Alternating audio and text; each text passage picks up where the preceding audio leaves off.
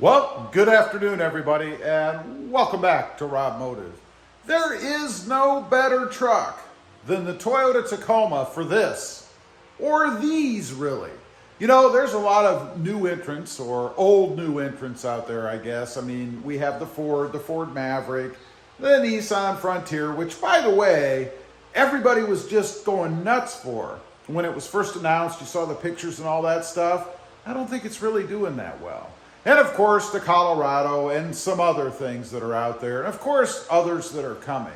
But for these reasons, there is no better truck than the Toyota Tacoma. I mean, first of all, the looks. This isn't even one of them, but look at this truck.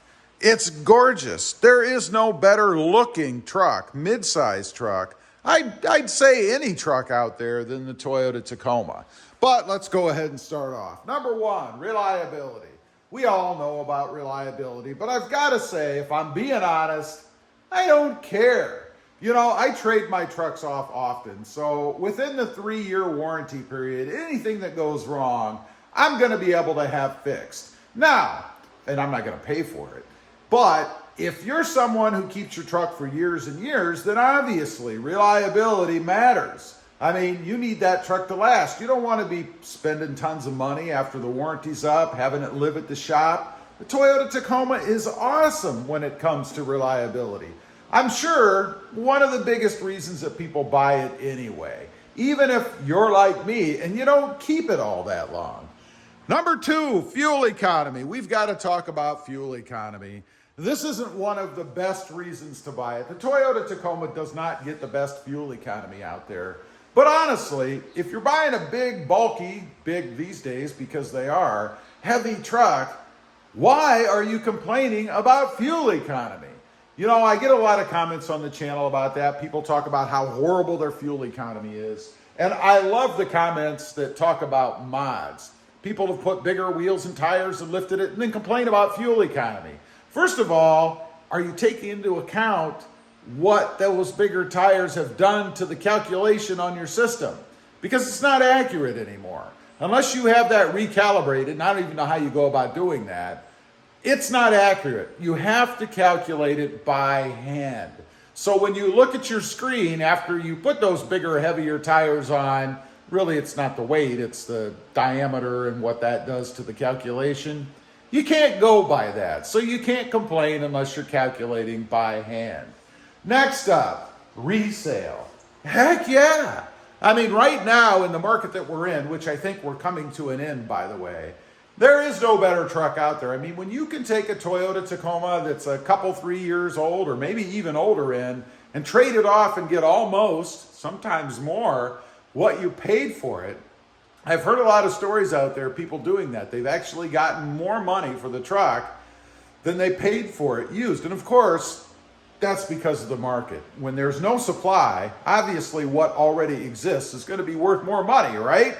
There's nothing that beats the Toyota Tacoma for that. So again, if you're into trading every 2-3 years, maybe even more, it's definitely the right truck to have. No truck beats the Toyota Tacoma out there when it comes to trade-in value. Next up, let's talk about capability. Yes, it is a capable truck. If you get the 4x4, other than the Jeep, I think it's probably the most capable off-road truck you can get. Now, people like to complain, well, it doesn't haul as much. It doesn't tow as much. It's a mid-size or small truck. If you're looking to haul and tow tons of weight, you probably should have bought something full-size. And if you're going really crazy, maybe you should buy a heavy-duty or even a dually or something like that. But there's no reason to dog the Toyota Tacoma for things it can't do that it was not designed to do. One thing I find kind of funny, and I've done this myself, people talk about the payload capacity, what they throw in the back, and if you tell them it's only X, they'll tell you they put Y in there and it handled it no problem. Well, yeah, it'll handle it no problem when you exceed the recommended weight limit, but it's only going to not be a problem until it is a problem.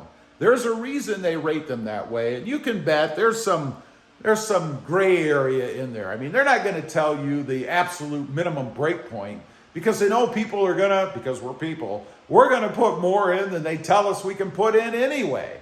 And like I said, I've done this myself. I've gone to the landscaper or the flower store, or whatever it is, the garden center, and overloaded it, admittedly, with mulch or bulk dirt. You know, I always cringe when you pull up there and they've got that front loader. It pulls up with that bucket full of dirt and then whoomp, and the whole truck bounces, you know. That's always pretty unnerving, and that's how you do damage, you know. That's when you have a problem, and it may not show up on that day, but a year from then, or maybe a few months from now, when you start to hear some squeaking, or maybe you've got a broken leaf spring, or who knows, maybe even a shock, that's when you're going to have troubles. It's a perfectly capable truck. I love it for that. It's small, it gets around everywhere, and I don't have to deal with those big truck problems like parking at the grocery store, not the mall. Lastly, modability, personalization. You know, have you known or seen any other truck out there that you can customize, mod, or personalize like you can the Toyota Tacoma? You know, I've had other trucks in the past, and I always kind of reached a plateau, a peak. I did a few things to it, and that's all there was. There was just nothing else out there I could do. I have not had that problem with the Tacoma, and that's because, fortunately, there is such a strong aftermarket presence out there. There's all kinds of things you can do, from the beginner, the novice, which was where I started out. And I'm by no means an expert at this point, but experienced. That's probably a good way to term what I am. But there's all kinds of things out there that you can do. Simple to more complicated. An example of that for me would be the lift, or maybe even changing the gearing. That is something that I would consider to be an expert level mod, because you want to do it and you want to do it right. Now, it doesn't mean that the rookie can't do it, but you might have issues if you do. And I don't want to have issues with the truck. When I'm done, I want to be done. I don't want to have to go back, and I had to do that once on an electrical mod. I had wired up the wireless accessory controller. I didn't put the trigger switch or wire, the trigger wire in there. And what that is it's attached to your ignition so that the unit itself is not active unless the ignition is on. So it meant that I had constant power.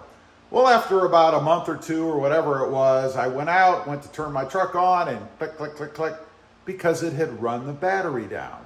Now, it's of no fault of the unit. I mean, in the instructions, it tells you that if you don't run the truck as frequently as whatever it was they said you should, you could have problems like that. I thought, no way could that little drain cause me to have a battery problem, but it did. The truck wouldn't start. I had to put a trickle charger on it, bring the battery back up, and then everything was okay. So just beware. There are some things out there that you really do need to follow the instructions on. Anyway, I just think there is no better truck than the Toyota Tacoma out there for these reasons. Leave a comment. Let me know if you agree. I'd be curious. Also, real quick, I do have 2 additional channels. RobMotive Project Cars, all about mods to the Mercedes-Benz. You can mod a Mercedes. And RobMotive JT, all about the Jeep Gladiator. Check them out, and if you're interested, why not subscribe? And while you're at it, click the subscribe button here too. Thanks for watching. Stay safe out there. Bye.